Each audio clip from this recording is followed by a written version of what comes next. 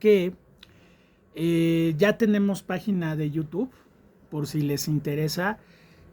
Pues me he estado yo agenciando todas las actividades que hemos estado haciendo.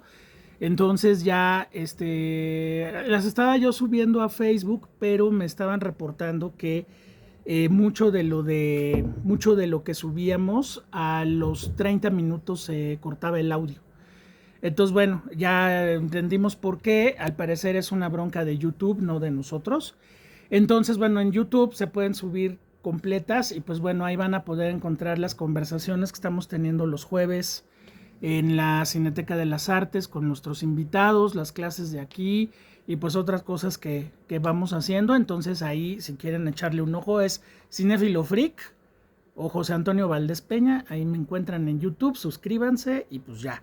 Ahí podemos, ahí les voy a mandar ya cosas más completas, ¿no? Más bien las cosas completas. Y bueno, pues hoy nos tocaba una asignatura pendiente muy importante que era Una Eva y dos Adanes, que dentro del universo de Billy Wilder, pues es una de las películas clave, o sea, es una de las películas que más dinero le dejó a Billy Wilder, que más prestigio le dejó a lo largo de toda la historia del cine y que además, bueno, pues entre Marilyn y lo que trata la película y todo eso, pues es una película que también se ha discutido mucho en los últimos tiempos, sobre todo pues a partir de ciertas teorías de género y de cosas que ya estamos hablando todos de manera mucho más abierta en nuestros círculos de análisis de cine, ¿no? Bueno, como ustedes se podrán imaginar, efectivamente la película tuvo problemas en su momento, igual que la Comezón del Séptimo Año, que no se pudo ver en Romania y en cosas por el estilo. Bueno, igual Una Eva y dos Adanes fue muy atacada, pero sobre todo atacada por una visión quizás para la época demasiado revolucionada de la temática homosexual, ¿no? O del transvestismo, o de este tipo de cosas que resultaban molestas para ciertas buenas conciencias. Entonces, bueno, por ejemplo, el Vaticano condenó la película abiertamente. La Liga de la Decencia en los Estados Unidos la tenía como enemigo público número uno. Y así, pues bueno, al mismo tiempo se provocaba una oleada de éxito impresionante que les decía yo, pues bueno, hay películas que sí son negocio. O sea, esta película costó $2 millones y recaudó en su primer año de exhibición $40 millones. O sea, vaya, o sea, no tenían la menor idea de qué iba a pasar con la película. Obviamente, pues la película ha estado en todos los formatos de video, se ha pasado por todas las plataformas posibles, o sea, es una película que se mantiene con una vida muy interesante y eso, pues bueno, también tiene que ver desde luego con la temática que Billy Wilder piensa para esta película. Primero hablábamos que, bueno, cae en un estudio donde va a tener una libertad creativa mucho más importante que en los otros dos estudios donde estuvo. O sea, por un lado, una Paramount que pues finalmente lo tenía bajo el viejo sistema del estudio, donde yo te doy el proyecto y tú lo haces y te contrato por 9 películas y pues cumples, ¿no?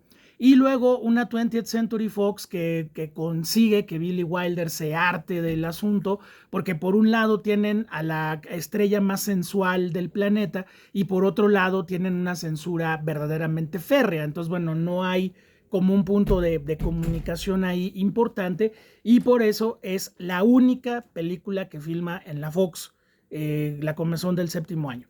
Luego se encuentra con United Artists y bueno, United Artists tampoco son peritas en dulce, pero eran por lo menos un poco más abiertos, bueno, ahí va a estar Woody Allen, ahí va a haber mucha gente que va a trabajar en los 70, entonces finalmente esta empresa que está hecha por gente de cine, o sea, no por el ejecutivo mamón que se le ha pasado toda la vida mamando el presupuesto, no, aquí estamos hablando de la empresa que fundaron Charlie Chaplin, David Griffith, Mary Pickford y Douglas Fairbanks, que por cierto están mencionados en la película.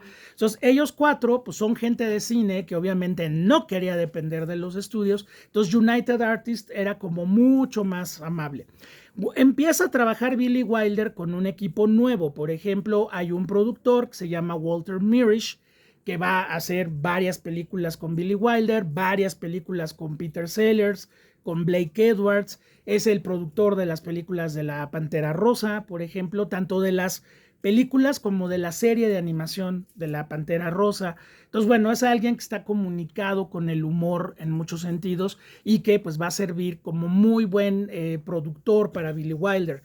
Por otra parte, pues esta colaboración que empezó en Amor en la Tarde, con que bueno, viendo a Gary Cooper es como Amor en la Madrugada, pero bueno, con I.A.L. Diamond, que es su guionista a partir de este momento, y que bueno, había muchos puntos en común y muchos puntos en contra a partir de la figura de Diamond. Ya no vamos a mencionar su nombre abreviado, pero era un tipo que había salido de la más oscura Rumania comunista para meterse a Hollywood en la década de los 30, más o menos 30, 40. Trabajó como periodista, fue un hombre muy cercano a la literatura, fue también un curador de guiones, que era una de las chambas que medio despreciaban un poco en Hollywood, porque era pues, el cuate que le daba revisiones casi de estilo a los guiones que se filmaban. Y pues bueno, también un humorista importante. Él tenía una especie de revista, digo, no exactamente como El Hijo del Aguizote, pero sí era una especie de revista de caricatura y de crítica política en Estados Unidos. Entonces, bueno, Billy Wilder un día le dijeron, oye, ¿por qué no pruebas con este cuate? Este cuate te puede echar la mano. Y entonces pues comienza la colaboración de Diamond con Billy Wilder, y la esposa de, bueno, la viuda después de Diamond, él murió en el 88 más o menos, decía que no podían ser más distintos, ¿no? O sea, que trabajaron increíble. Pues imagínense, aventarse 12 películas no es nada fácil. O sea, escribir una, Billy Wilder terminaba peleado con medio mundo, ahora escríbete 12, pues es una relación muy importante desde luego, pero por ejemplo Diamond dicen que era un caballero, un tipo callado, un tipo trabajador, muy caballeroso, siempre muy atento, muy amable, y Billy Wilder, como ya lo hemos hablado, pues era un tipo más bien rudo, era un tipo, era un mujeriego de primera, era un cuate que de repente tenía jornadas de trabajo extenuantes, inventaba madres y hacía de todo, pero finalmente, pues bueno, la relación con Diamond va a funcionar a lo largo de 12 películas, muchas de ellas pues de las mejores de Billy Wilder. Y en el caso de Una Eva y dos Adanes se dio una conjunción interesante. Además de una compañía nueva, un productor nuevo, un escritor nuevo, también la posibilidad pues de hacer un proyecto personal, pero al mismo tiempo prestado. O sea, Billy Wilder recordaba una vieja película alemana de los años 30 que se llama Fanfarrias al Amor. Le pide a Mirisch, oye, a mí me gustaría hacer como una reelaboración de esa película, búscala, y no la encuentran por ningún lado. Pero de pronto alguien dice, oye, hay un remake francés en el 35, en pleno realismo poético francés, alguien hizo un remake de la película. Entonces, bueno, pues compren ese guión, porque prácticamente debe ser lo mismo. Y entonces, bueno, pues el maestro Billy Wilder consiguió que compraran los derechos de esa historia, y con Diamond inmediatamente la destruye para poder hacer esto que vieron en pantalla, ¿no? O sea, había y hay muchos cambios importantes. Por ejemplo, en un primer borrador, la historia ocurría en la década de los 50, donde estaba ambientada la producción, ¿no?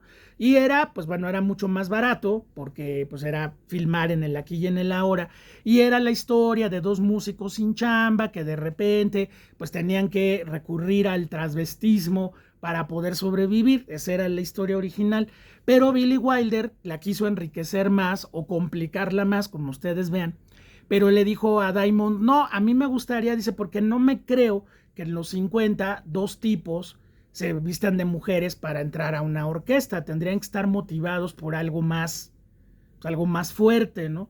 Y entonces Billy Wilder dijo, oye, ¿y si la mandamos a la era del jazz? ¿Y si ponemos que los están persiguiendo unos gangsters? Entonces Diamond dijo, perfecto, o sea, eso sería la motivación. O sea, o se escapan y cambian de identidad, o se los echan.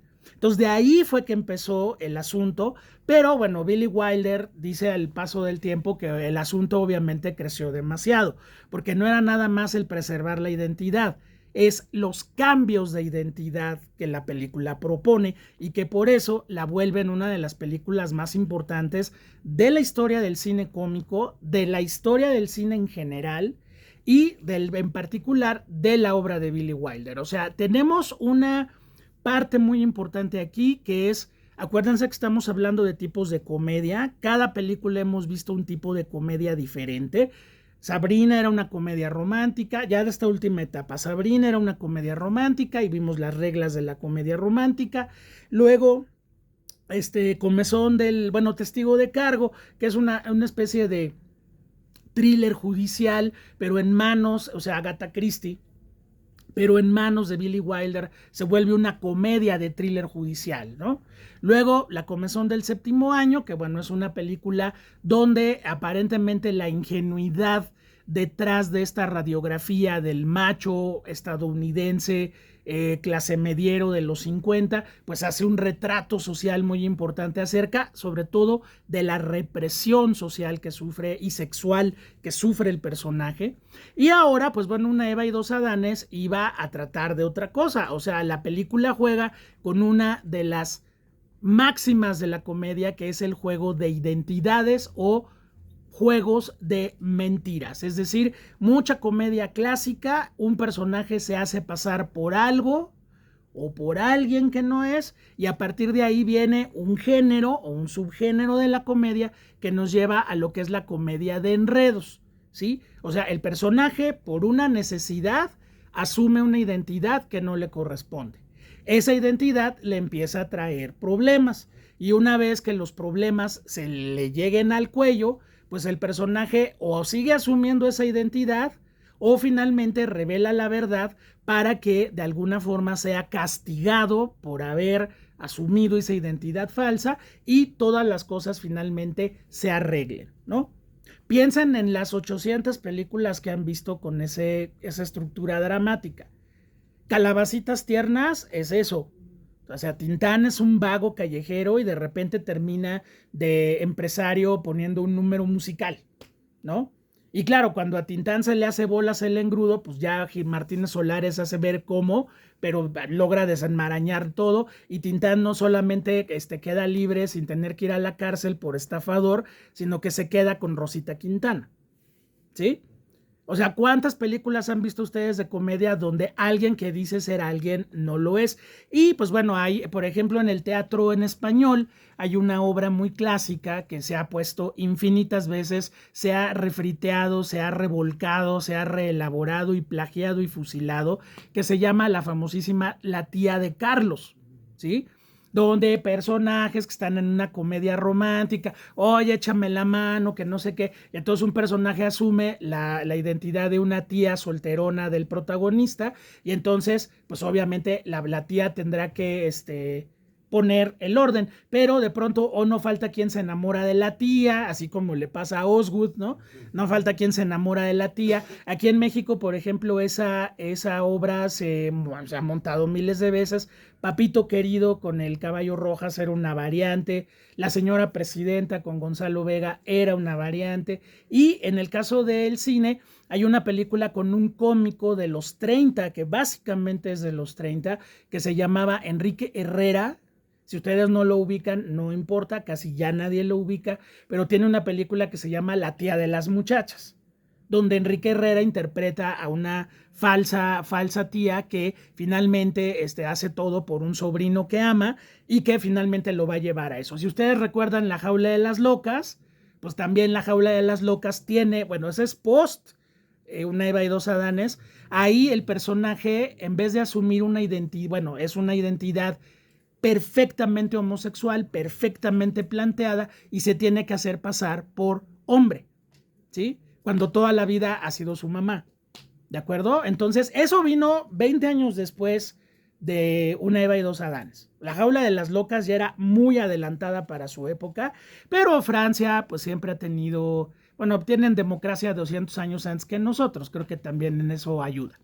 Pero finalmente, si tenemos Una Jaula de las Locas donde de pronto a un personaje que asume su homosexualidad y su travestismo, lo tienes que vestir de macho para que haga el papel de hombre, cuando siempre ha sido la mamá del muchacho, pues esto no hubiera existido sin una Eva y dos Adanes, ¿no?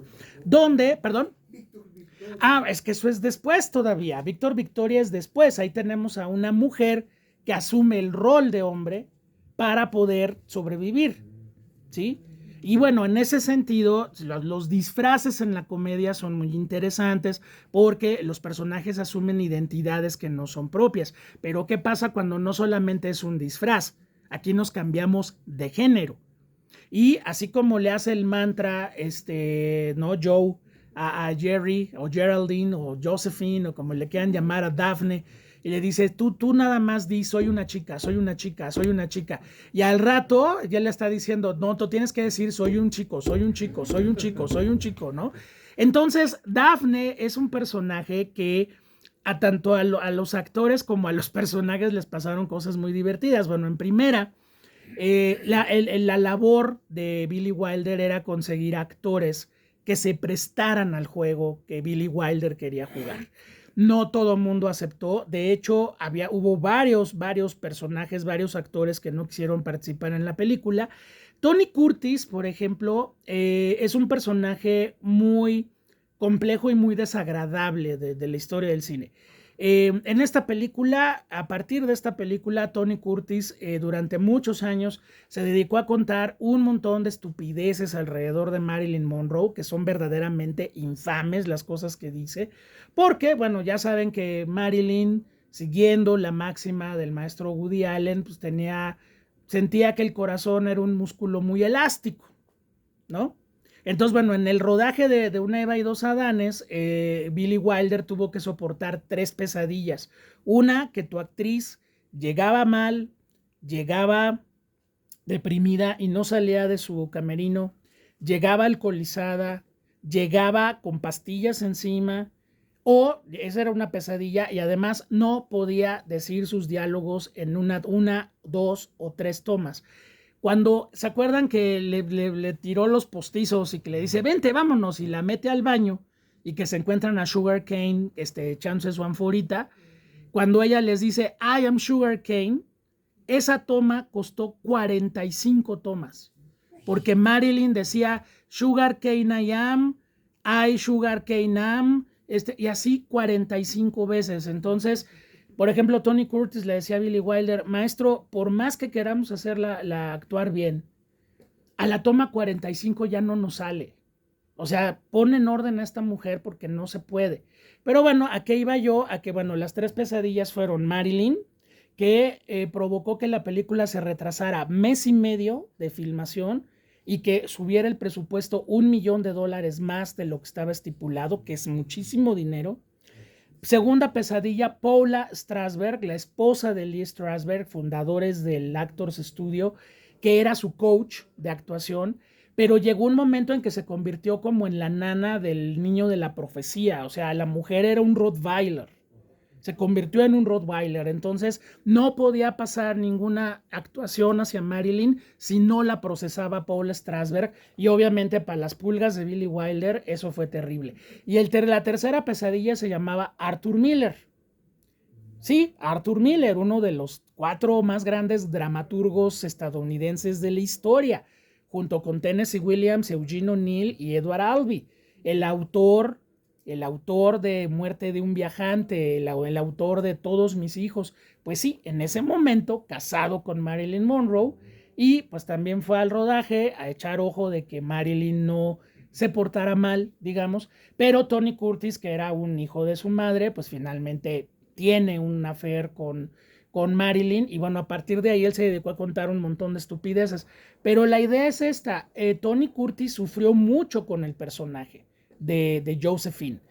Jack Lemmon se la pasó genial, o sea, ustedes lo ven, o sea, no hay hombre más divertido en la historia del cine que Jack Lemmon haciendo la de Daphne, sobre todo cuando ya se cree Daphne. Eso es lo mejor de la película, o sea, cuando ya asume la identidad de Daphne y se va a casar y no sé qué, y está con sus maracas y esto y lo otro, o sea, ahí es donde Jack Lemmon explota, y bueno, esto le valió una nominación al Oscar a Jack Lemmon de mejor actor.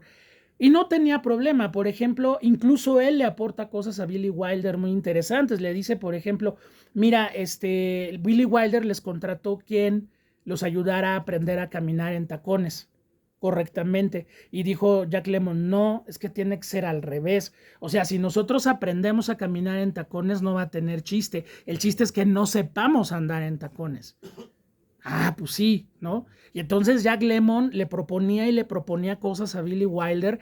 El tango que bailan ella, Daphne y Osgood, se los enseñó el mafioso Polainas.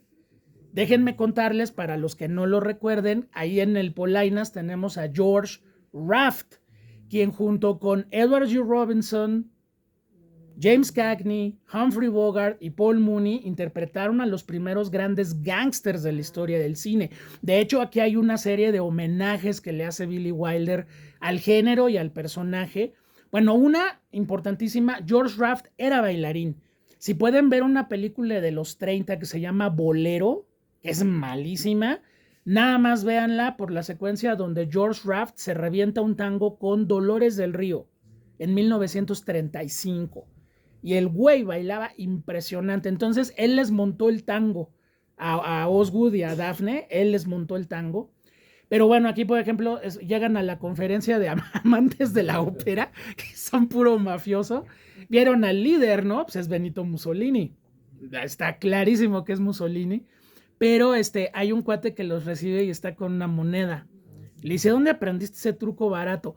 Eso lo hace en toda la película de Scarface, la del 32. Él es el asistente personal de Tony Camonte y él está con una moneda todo el tiempo dándole, ¿no? Entonces aquí hay un homenaje ahí. Pero, bueno, Jack Lemmon, maravilloso, y Jack Lemmon dice que en ningún momento tuvo broncas de personalidad, ni mucho menos, y que en un momento dado, que le dijo Billy Wilder, tú a partir de aquí en adelante eres Daphne, y ya no te vuelves a regresar a Jerry.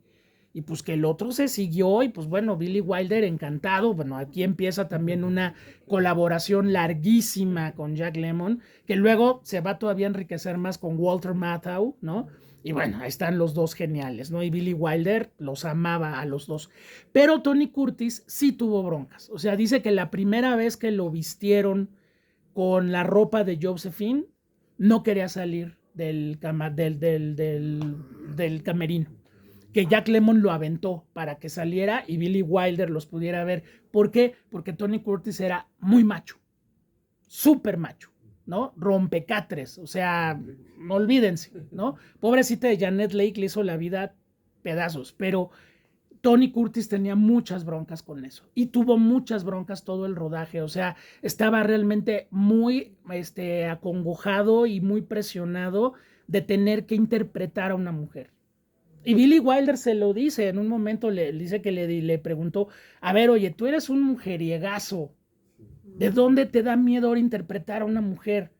¿No? Entonces, curiosamente, uno los ve en la película y dices como que se acoplaron muy bien a sus personajes. No, para nada. Tony Curtis sufrió horrible. Terminó la película y se tuvo que ir a terapia durante meses para quitarse a Josephine de encima. Y Jack Lemmon dice, no, yo empecé otra película luego y me vale madre. Y yo, pues, ya ahí dejamos a Daphne y ahí muere, ¿no? Pero bueno, sí, la película obviamente tiene estos juegos de identidad donde todo mundo se miente, o sea, todo mundo miente en la película y eso es la base sobre la cual se cimenta pues la moralidad de los personajes, la mentira, ¿no? O sea, desde que lleva Sugar Cane todo un arsenal de licor abajo de la falda, que esa es una mentira, hasta que estos músicos se vistan de mujeres y estén en una orquesta de señoritas, esa es otra mentira, ¿sí? Y que luego, finalmente, Daphne, ahí está la parte interesante, cuando Jerry asume que es Daphne, ahí ya no es mentira. O sea, ahí él ya asume esa identidad y es donde la película se empieza a poner como más, pues más, o sea, piénsenla, o sea, se supone que son los 20 donde ocurre, pero aún en los 50 era un tema sumamente delicado, el que, pues, por ejemplo, este señor, el millonariazo de Florida, Florida toda llena de viejitos, ¿no? Jubilados, se va enclochando y enclochando y clavando más con Daphne. Y dices, bueno, él le dice, ¿y qué van a hacer en la noche de bodas? Ah, no, pues nos vamos a ir a las cataratas del Niágara. No, no, no, o sea, ¿qué van a hacer en la noche de bodas? Ah, no, le voy a decir antes. Sí, ya que nos casemos y ya que el viejo firme, ahí me lo echo, ¿no? Y le digo quién soy, nos divorciamos, llegamos a un acuerdo y tengo mi pensión de por vida, ¿no? Pues sí, pero ya conforme se van dando los acontecimientos en la película, eso ya no va a pasar. Incluso la toma final, que es una de las escenas más pasadas por todos lados en la historia del cine, donde están los dos platicando y él está dando todas las cosas por las cuales no se puede casar con él y él le va diciendo, no, pues te perdono, no, pues adoptamos, no, pues ni fumas, pues sí, ni modo, está bien, no, no, pues mi mamá ya te va a dar su vestido de encaje blanco, ¿no? Y entonces dice, no soy rubia natural, no importa tampoco, ¿no? Entonces le dice, es que soy hombre. Y entonces viene la frase maravillosa que no estaba en el guión original. Eso fue una improvisación entre los dos actores, entre Jack Lemmon y el señor, que dice, well, nobody's perfect, ¿no? Y entonces ya se quedan los dos así como, ¿qué va a pasar? Y la película queda abierta. Eso es maravilloso. O sea, vean ustedes cómo es el hacer una gran comedia que en el último segundo de imagen clava un aguijón en todas las buenas censuras, las buenas conciencias de la época y de muchas épocas, ¿no? Porque entonces, pues también el señor, no, Don Osgood, no sé qué, tercero, pues también no era quien decía que era, ¿no?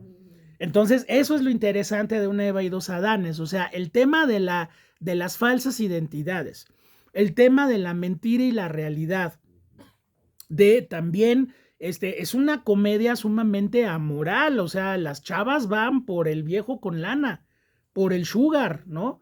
O sea, ella se llama Sugar, pero lo que anda buscando es un sugar, realmente. ¿Sí? Entonces, no hay en ningún momento la noción del amor romántico, ni mucho menos. O sea, van sobre lo que van y bueno, empiezan a caer los diamantes y empiezan a caer todo y venga, ¿no? La parte de los gangsters, bueno, es muy de género, ¿no? O sea, ahí sí Billy Wilder le gustó esta idea súper estrambótica de meter un pistolero adentro del pastel y masacrar ahí a George Raft y todo eso. Digo, esa parte es muy exagerada, pero es muy padre. Digo, se ve que a Wilder le gustaba mucho el cine de gangsters y ahí lo pone y lo llena de homenajes y todo. Pero la otra parte esencial de Una Eva y dos Adanes es esa, o sea, la mentira como base moral de la vida, el interés que tiene muchos pies y que no hay ningún recato de nada, ¿no? Los personajes se lanzan sobre lo que van. Y bueno, pues ese cinismo con el que están retratados es lo que hace el gran estilo de Billy Wilder, ¿no? Nada más que ya no es el toque Lubitsch, o sea, ese toquecito elegante para hablar en doble sentido de las cosas, no, aquí ya lo está diciendo bastante directo. Ya es 1958. O sea, también ya podemos decir otras cosas y bueno, desde luego, pues un regalo para los caballeros, pues la belleza enorme de Marilyn Monroe, que no hace Billy Wilder más que retratarla más y más y más bella cada vez que aparece. Esos tres números musicales son extraordinarios, ¿no? Pero quedaron todos muy sentidos con ella. O sea, los retrasos, las broncas, los pleitos, todo lo que Marilyn hizo, finalmente llevaron a que, por ejemplo, en la fiesta de final de filmación, no la invitara, porque Billy Wilder estaba harto, no quería volver a verla. O sea, no, no es posible. O sea, de todo lo que la pasamos bien en la comezón del séptimo año, aquí no la pasamos nada bien. No la invitaron a la fiesta de despedida. Y luego Marilyn le habló a la esposa de Billy Wilder. ¿O está Billy por ahí? No, no está, está en el foro, está en unos estudios. Ah, dígale que vaya y tú a su madre, ¿no? Entonces, pues, sí, Marilyn no se quedó callada. Y después, cuando se estrenó Piso de Soltero, va Marilyn a la premier. Entonces, pues ahí sí ya Billy Wilder no sabía dónde meterse, pero finalmente Marilyn fue la que llegó, lo abrazó y le dijo, oye, qué peliculón, te vas a ganar el Oscar, es una belleza. Entonces ya, medio que Billy Wilder hizo las paces con ella, al menos se le quitó esa animadversión hacia Marilyn. Y Tony Curtis, muy lindo como siempre, dice en este rodaje, dice, yo le calculo que en unas 3 películas Marilyn Monroe se suicida. Y sí fue. 3 películas después, bueno, con toda la teoría de conspiración que ustedes quieran, pero 3 películas después Marilyn Monroe aparece muerta, ¿no? Entonces, bueno, es una película donde tenemos estos personajes profundamente amorales y ahí es donde nos vamos a mover, en ese terreno nos vamos a mover. Según yo, ya nos quedan nada más 2 sesiones, ¿sí? La que viene, vamos a hacer un cambio bueno, no un cambio de calendario, el calendario está igual, sino que vamos a mover las películas porque yo quiero que terminemos con Piso de Soltero, porque es la gran película de Billy Wilder, es la obra maestra. Por lo tanto, nos vamos a mover un poquito en la cronología y la próxima semana vamos a ver Irma la Dulce. Irma la Dulce, que era una película que también Marilyn le había dicho a Billy Wilder que la quería hacer, ya no hubo tiempo. Pero, por ejemplo, estos terrenos de la moralidad es lo que finalmente destaca a Billy Wilder de toda la comedia de su tiempo.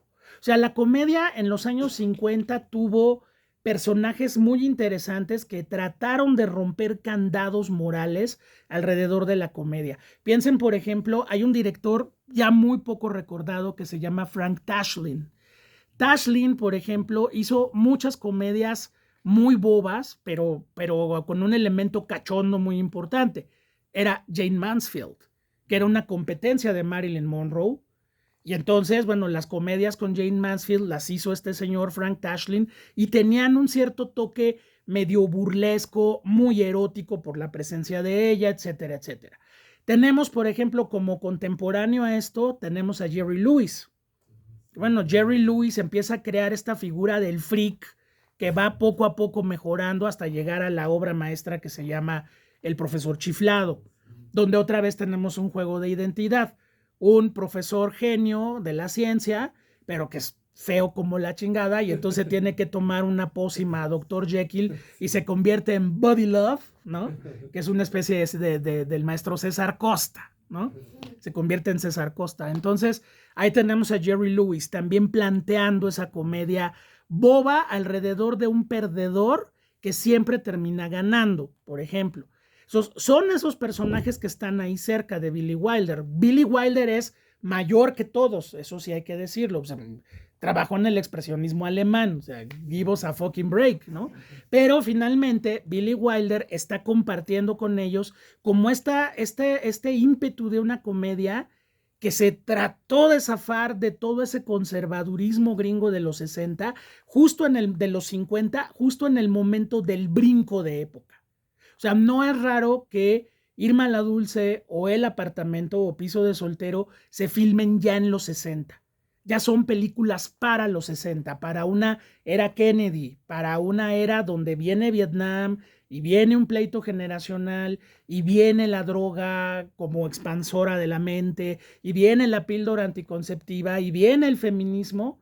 Pues bueno, también Billy Wilder, cuando vengan esas nuevas fuerzas, pues vamos a ir viendo cómo también Billy Wilder ya no aguanta el trancazo.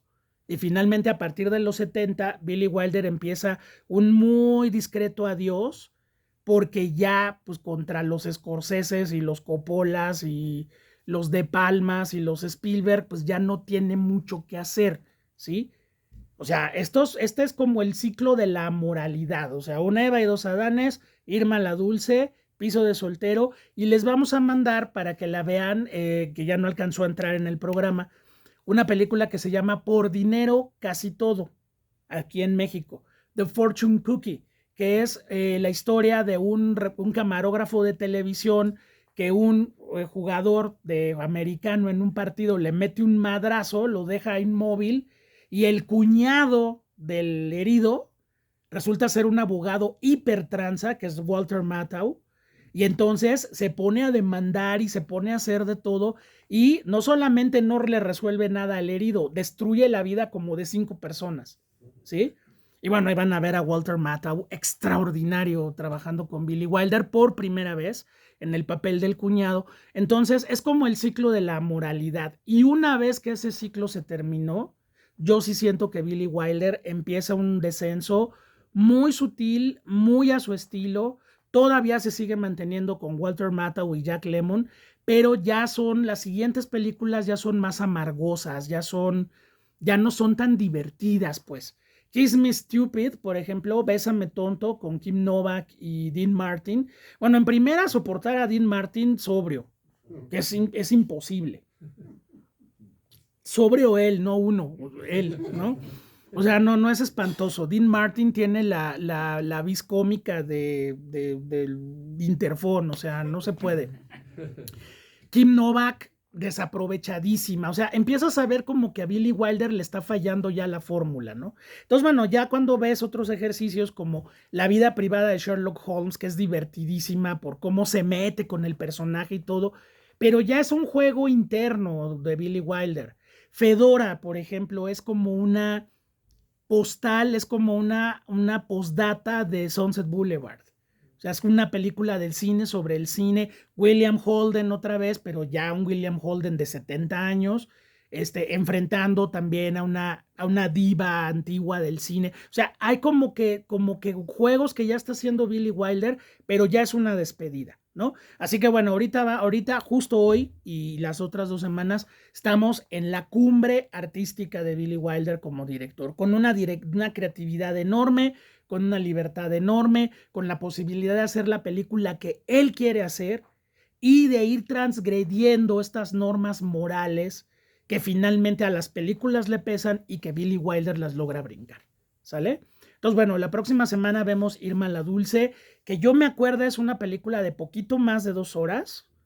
Creo que es mucho más de 2 horas, hay que checarlo, pero para que empecemos lo más cercano que se pueda a las 6, para que la podamos disfrutar. Jack Lemmon, Shirley MacLaine, ¿qué más podemos pedir? Guión de Billy Wilder, ¿verdad? Entonces, pues bueno, ahí está una Eva y dos Adanes. Yo vi que nos divertimos mucho, sí, todo el mundo nos reímos, pero hay mucho ahí debajo que decir, ¿no? O sea, no es tan inocente como uno puede pensar. Es una película, por eso ha ido creciendo con los años, porque es una película que habló muy claro de qué quería hablar y de cómo lo quería mostrar. Y bueno, yo sé que la Manuela de Lugar Sin Límites siempre nos fascina, Roberto Cobo, y esa fuerza que le puso a ese personaje tan esperpéntico y al mismo tiempo tan conmovedor y tan humano.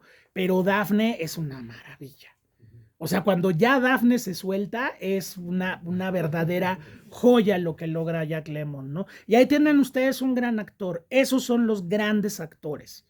O sea, Jack Lemmon te hace a Daphne, te hace al papá de Desaparecido, te hace ¿quién les gusta? Al herido de Por Dinero Casi Todo. O sea, ese es un gran actor. Jack Lemmon era un gran actor, realmente. Y bueno, lo vamos a poder disfrutar en dos películas más, pero sobre todo dos obras maestras, Irma la Dulce y Piso de Soltero, que esa sí es la película de Billy Wilder. O sea, el estilo a la perfección. ¿De acuerdo? ¿Vale? Muy bien, pues nos vemos la semana que viene. Muchísimas gracias a todos. ¿Qué pasó, Mario? Sí le pusiste de título a sí. Billy Wilder, Nadie es perfecto. De acá. Yo tenía entendido que es sí. un libro. Bueno, hay varios libros que han usado la frase de Nobody's Perfect. A mí sobre todo me gustó la frase, más que recordar una Eva y dos Adanes, me gustaba porque finalmente todos los personajes que hemos visto a lo largo de todo este curso no son perfectos. O sea, son muy humanos, son muy falibles, están llenos de... No, el que no es gigoló es un tranza, el que no es un tranza es un maniático, el que no es un maniático es un alcohólico, o sea, nobody's perfect. Y creo que es una visión de la condición humana, ¿no? Que por eso se nos hace rica. O sea, un cineasta que se la pasa haciendo buenos y malos, pues en un momento dado te deja de interesar, ¿no? Entonces, más allá de efectivamente la referencia a una Eva y dos Adanes, era como poner que nadie es perfecto y por lo tanto, pues todos nuestros defectos dan pie a comedia o dan pie a drama. ¿Sí? Entonces por eso le pusimos Nobody's Perfect. ¿Vale? Su tumba dice, es así, ¿no? Su tumba es... Sí. Soy escritor, pero no Sí, es perfecto, ¿no? exactamente. Eso dice el epitafio en la tumba de Billy Wilder. Dice, fui escritor, pero nadie es perfecto, ¿no? Entonces, bueno. Sí. No, tenía un sentido del humor verdaderamente maravilloso. Pero bueno, pues vamos a continuar la semana que entra con Irma la Dulce. Muchísimas gracias a todos. Y si les interesa